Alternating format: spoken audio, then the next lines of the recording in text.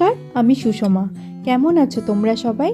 আজ চলে এলাম আমার জন্মদিনটা কেমন কাটালাম তোমাদের সাথে শেয়ার করতে।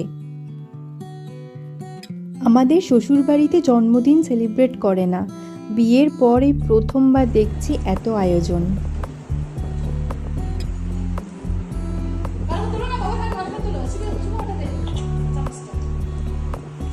কিন্তু এত আয়োজন দেখে চমকেই গেছিলাম।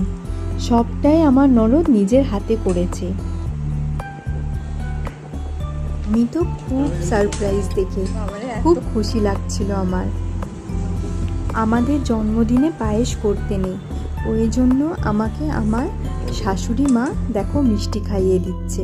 ও হ্যাঁ বলি, এটা হলো আমার শাশুড়ি মা। এটাকে বলো তো? এটা হলো একমাত্র আমার হাজবেন্ড, যে সব সময় আমাকে রাগায় আর আমার পেছনে লাগে।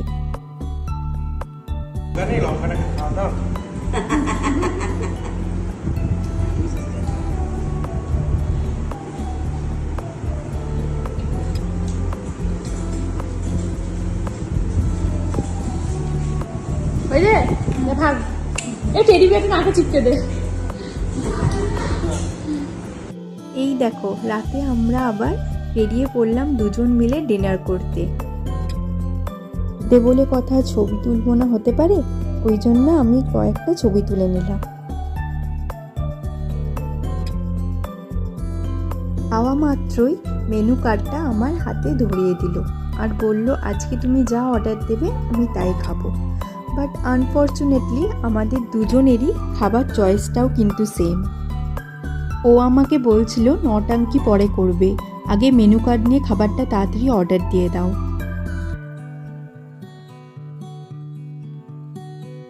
এরপর আমি একটা চিকেন ড্রামস্টিক আর একটা চিকেন টেংরি কাবাব অর্ডারে দিয়ে দিলাম।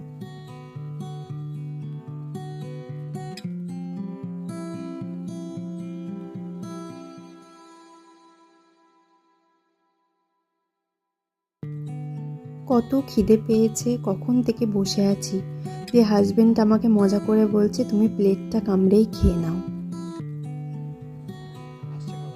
এই করতে করতেই চলে এলো আমাদের ড্রামস অফ হেভেনটা।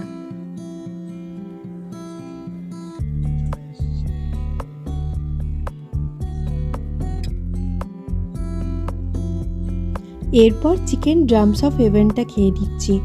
হেভি খেতে ছিল কিন্তু, বেশ ঝাল ঝাল। এরপর একটা ব্লু লেগুন নিয়ে নিয়েছিলাম, আমার খেতে খুব ভালো লাগে। তোমাদের কেমন লাগে গো?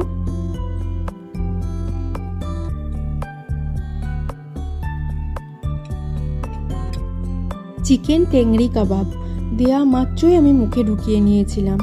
এত গরম, আমার জিভটা না পুড়েই গেছিল।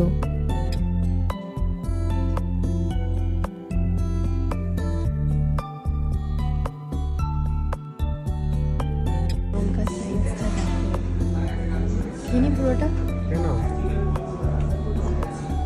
এত সাহস আমার নেই। যাই হোক, খাচ্ছি, কিন্তু আমার বার্থডে গিফটটা বলি। এই তো সামনে খাবারটা। আমরা বাঙালি, আর লাস্টে মিষ্টি মুখ করবো না হতে পারে? গোলাপ জামুন নিয়ে নিয়েছিলাম, খেতে দারুণ ছিল।